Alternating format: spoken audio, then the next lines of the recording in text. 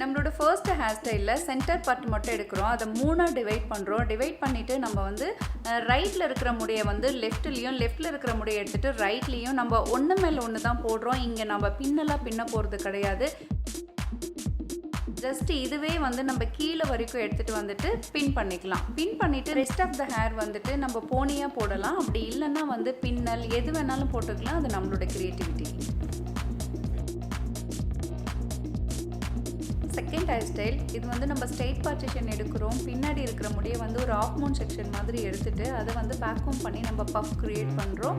அதுக்கப்புறம் மறுபடியும் முன்னாடி வரும். முன்னாடியே ஜஸ்ட் ஒரே ஒரு லைன் மட்டும் எடுத்துகிட்டு 2ஆக டிவைட் பண்ணுறோம். 2ஆக டிவைட் பண்ணி அடுத்தடுத்த ஹேரை வந்து ட்விஸ்ட்டாக நம்ம எடுக்கிறோம். ஜஸ்ட்டு வந்து ட்விஸ்டிங், இதில் வந்து ஒன்று மேலே ஒன்று நம்ம போட்டு ட்விஸ்ட்டு மட்டும் தான் பண்ணிட்டு வரோம். இங்கே பின்னல் கிடையாது. அதை எண்டு கொண்டுட்டு வந்து நம்ம பின் பண்ணிவிட்டு ஜஸ்ட் அதை மறுபடியும் ட்விஸ்ட் பண்ணி ஒரு ரோஸாக க்ரியேட் பண்ணுறோம்.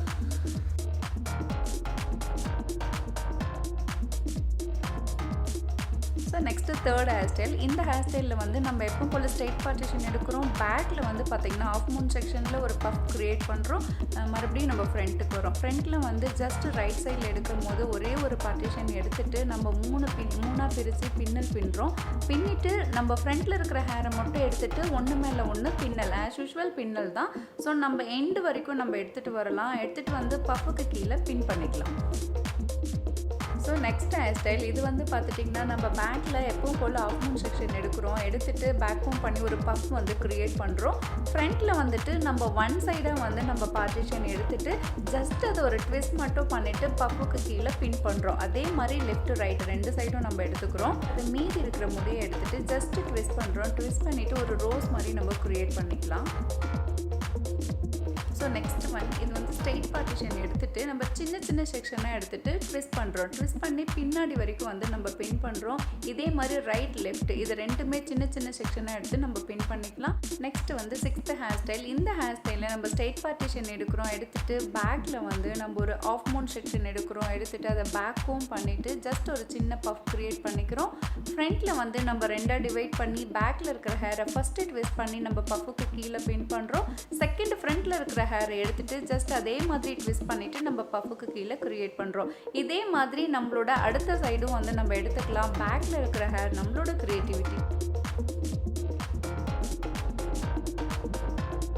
நெக்ஸ்ட்டு 7th, இந்த ஹேர் ஸ்டைலில் வந்து நம்ம ஸ்ட்ரெயிட் பார்ட்டிஷன் எடுக்கிறோம். எடுத்துகிட்டு பின்னாடி ஆஸ் யூஷுவல் நம்ம ஒரு பஃப் க்ரியேட் பண்ணுறோம்.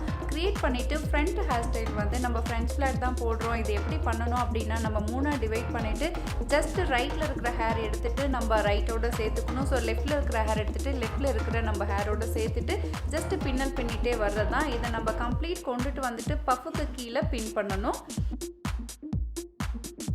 ஸோ இது லாஸ்ட் ஹேர் ஸ்டைல். இந்த ஹேர் ஸ்டைல் வந்து நம்ம ஒன் சைட் மட்டும் ஹேர் எடுத்துக்கிறோம். எடுத்துகிட்டு அதை 3ஆக டிவைட் பண்ணி ஸோ நம்ம ஒரு ஃப்ரெஞ்ச் ஃப்ளாட் மாதிரி பின்னிக்கிறோம். பின்னிட்டு எண்டில் வந்து நம்ம பின் பண்ணிக்கலாம். மீதி ஒரு சைடு வந்து நம்ம ஃப்ரீயாகவே விட்டுக்கலாம். இது வந்து ஒரு ட்ரெண்டியான ட்ரெஸ் கோட்க்கெல்லாம் வந்து ரொம்ப நல்லாவே சூட் ஆகும்.